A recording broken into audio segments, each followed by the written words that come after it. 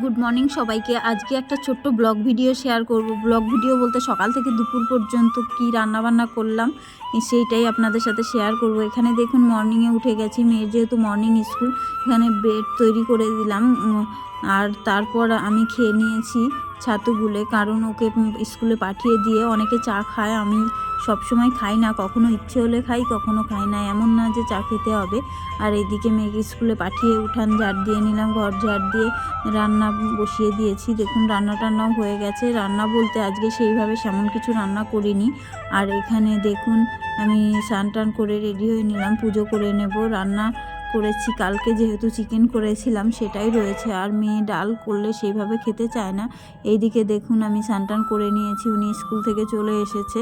দেখুন মজা করতে করতে বাড়ি আসে, গাড়ি ওর জেঠু বাড়ির সামনে দাঁড়ায়, সেখানেই নামে। আর এখানে দেখুন স্কুল থেকে এসে নিজের জিনিস নিজে যতটা পারে গুছিয়ে রাখে। এখানে দেখুন টিফিন বক্স রান্নাঘরে রেখে আসলো, আর এদিকে বই খাতা যেখানে থাকে সেগুলো গুছিয়ে নিল, নিজে নিজে চেঞ্জ করে। কিছুদিন হলেও 10 থেকে 15 দিন হয়েছে নিজের কাজ নিজে করার চেষ্টা করে। আর এখানে দেখুন আমি ঠাকুরের বাসন টাসন মেজে নিয়েছি, এখন পুজো করে নেব। যেহেতু মেয়ে চলে এসেছে, ওদিকেও চেঞ্জ করে নিচ্ছে, আর আমি এদিকে পুজোতে বসে পড়েছি। আর সকাল সকাল পুজো করার চেষ্টা করি, কিন্তু ততটাও সকালে হয় না। যেদিন হয়তো হয়, যেদিন কাজের প্রেশার থাকে সেই দিন তো অনেকটা লেট হয়ে যায়। এদিকে দেখুন আমি তো স্নান টান করে জামা কাপড় ধুয়ে দিয়েছি সার্ফে, সেটা নিচে ধুয়েছি, আর ওপরে গিয়েও জলে আবার হালকা করে ধুয়ে নেব। জামা কাপড় সকালে কিছু ধুয়ে দিয়েছি এবং স্নান টান করার পরও দেখুন সেগুলো উল্টে দেব আর মেলে দিলাম। আর এখানে ছাদে মেয়ের জন্য জল রোদে দিয়ে দিয়েছি, যেহেতু প্রচুর রোদ, এখন আর গ্যাসে জল গরম করতে হয় না, ছাদের মধ্যেই দিয়ে দিই।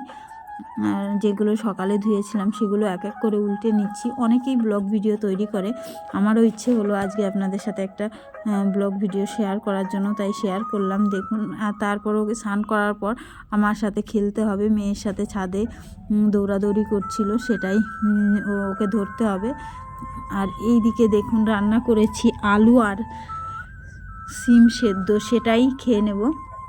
সকালে দেখুন পেঁয়াজ লঙ্কা, সিমটা আমি খাবো আর মেয়ে সিমটা খেতে চায় না, ও শুধু আলু দিয়ে ঘি দিয়ে খাবে। দেখুন ওটা আবার আমি মাখলে হবে না, লঙ্কা ছাড়া ওটা ও নিজেই মাখবে। এখানে ওটাও মেখে নিল আর আমার জন্য আমি মেখে নিয়েছি। আর গরম গরম সেদ্ধ ভাত খেতে আমার খুবই ভালো লাগে, মেয়ে যেহেতু ডাল পছন্দ করে না। আর তারপর আজকে আছে চিকেন, সেটাই